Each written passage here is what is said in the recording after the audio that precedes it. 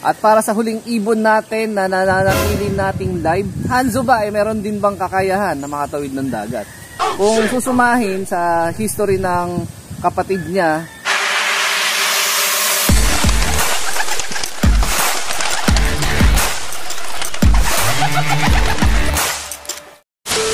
good day mga ka-EA support to this video. So eto, magtotos na naman tayo. Pero ang update, eto na yung loading day namin, Huwebes. Pero mamayang gabi pa naman yun. So eto na yung huling bagay na pwede kong i-effort at ibigay sa mga warrior natin para matawid nila yung sunod na karera nila, which is yung Piplap Cat Balogan Race. So eto nga mga ka-EA yung pinaka natin, settings ng pagbibituan pala yan.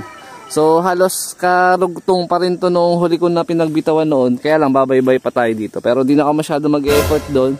So ang pinaka-purpose lang natin, yun nga, matagtag lang sila. Pero sabi nga, may nagko-comment sa akin, dapat daw ipahinga na lang daw yung ibon. Pero para sa akin kasi, dumidepende ako sa katawan ng ibon. So pagka payat na payat at hirap na hirap sa kondisyon, ganun talaga yung magiging purpose nun, pahinga talaga. Pero para sa akin kasi, okay naman, maganda naman yung recovery ng ibon. Kaya ito, nag-toss naman tayo. Pero ang ginawang toss ko naman, Martes tsaka Huwebes lang. Lunes, tapos nitong Merkules, wala naman tayong ginawang toss. Kaya tingin ko, ubra na to.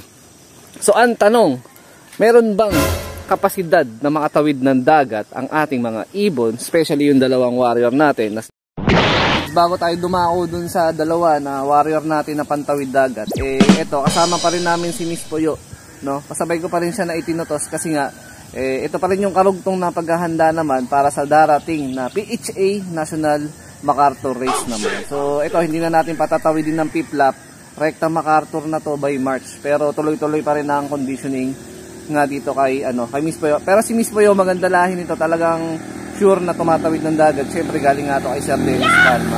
So yung mga bloodline niya, yung mga Cat Balogan Daybird na lahi. Ayan. So maganda pa rin naman yung hipo niya. Hindi naman siya nagkasakit kahit nag-see you tomorrow siya nung nakaraan. Ayan, napakakinis tsaka napakaputi ng ilong niya.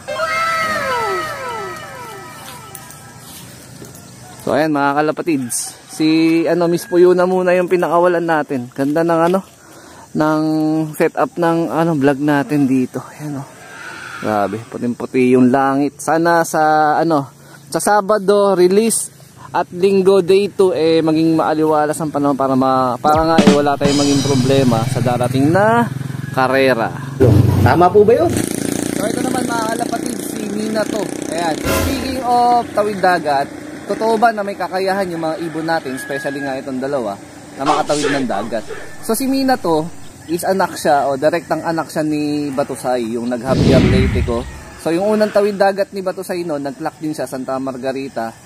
Kasabay nun, yung last lap nga is clinack niya rin. So malaki yung yung chances na makauwi siya. So ang factor na lang na possible na pwedeng maging issue na hindi pwedeng makauwi ang isang ibon kagaya ng ganito na meron naman family history na tumatawid ng dagat is number 1 dyan, syempre yung kondisyon, no? Pangalawa, yung panahon, no? Pwede kasi yung sobrang hard race, pwede rin naman smash race, so factor din yun. Tapos yung huli, yun yung yung nangyayari sa kanila sa lipad nila papauwi nga dito. May lambat, meron din predator na pwedeng sumalubong sa kanila sa oras ng lipad nila pauwi. So yun yung tatlong factor na possible na maging reason kung ba't hindi makakauwi ang ibon. Pero kung sa history, family history, ayan, sure ako makakauwi to. So ito, papawalan na natin si na to.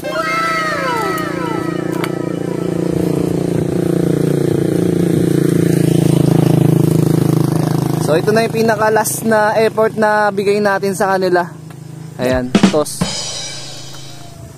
Ayun nagbabaybay na si Mina to. Tapos mamaya kung ano naman yung mga napapanood niya, sinasabi ko sa inyo pag nagre-recover tayo ng ibon, yun at yun pa rin naman yung ginagawa ko. Wala naman na tayong halos lahat na binago. Ito siya Mas maganda yung yung buga ng hangin ngayon kumpara kahapon. Kasi kahapon talaga sobrang lakas ng hangin At para sa huling ibon natin na nananatili nating live, 4 points na siya.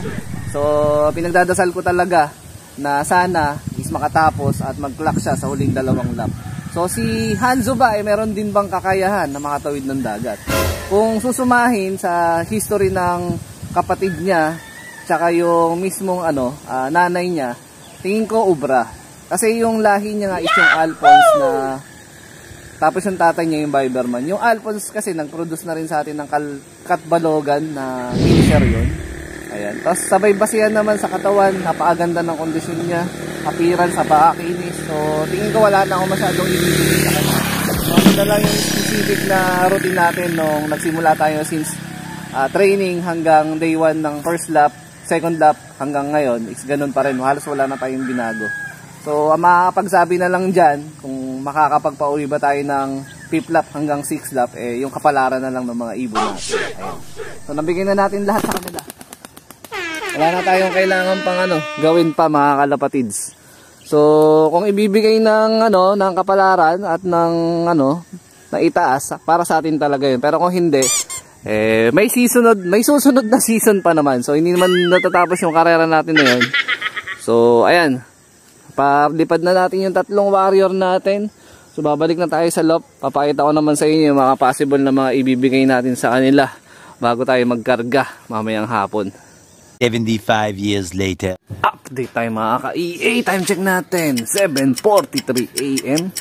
So kanina pa naman ako nandito, pero ngayon lang tayo nagpatuloy sa vlog.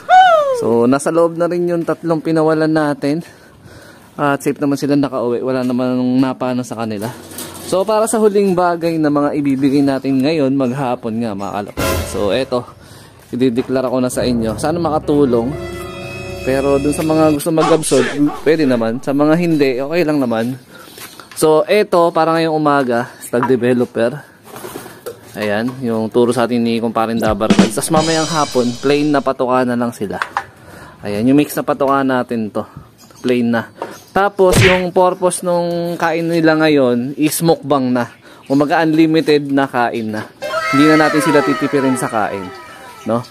Tapos bago naman natin sila ikarga, siguro mga bago ako umalis papuntang trabaho, mga bandang alas 9, eto naman, B22, itong Vita tablet, tag-isa sila, bibigyan na natin ito mamaya. Tapos itong Power Wings na pabaon natin, mamayang gabi pa to, loading na mismo.